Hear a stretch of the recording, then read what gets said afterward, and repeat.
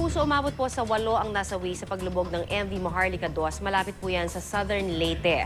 Sa investigasyon ngayon, bukod po sa pagsusuri sa pagkakaiba ng datos kaugnay ng mga sakay ng barko, kini-question din ng ilan ang pagpayag ng Coast Guard na pumalaot ang barko sa kabila ho ng masamang panahon.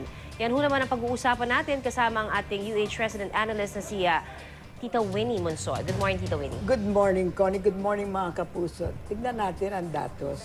Nung lumabas yung Maharlika, walang problema sa weather.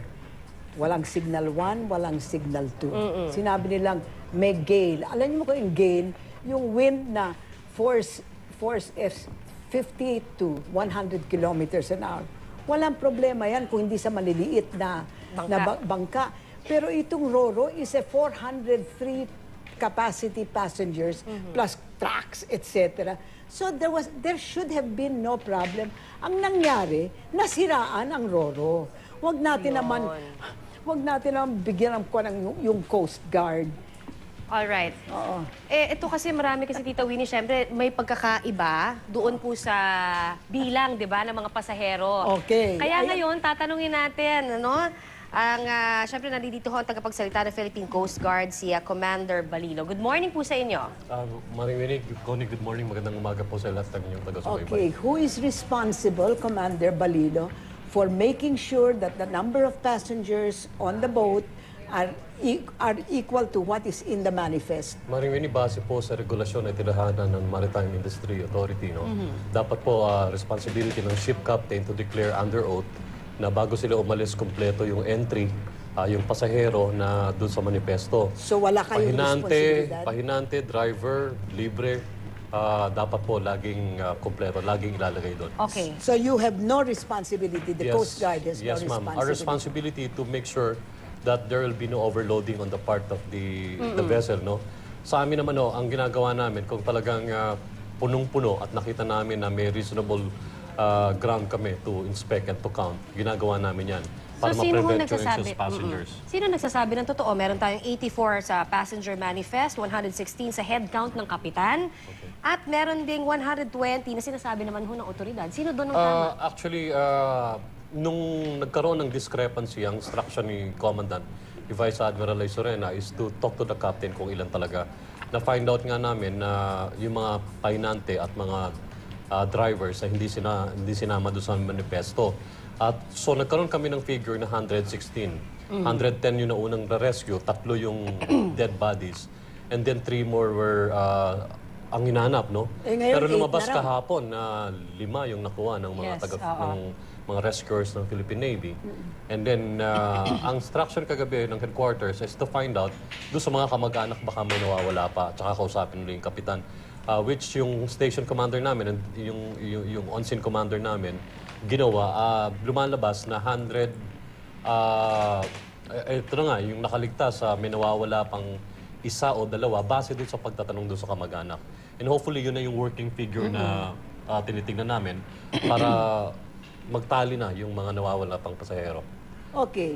So walang problema sa safety dun sa may mga lifeboats naman, etc. May mga life jackets naman po. Ang problema talaga, nasiraan.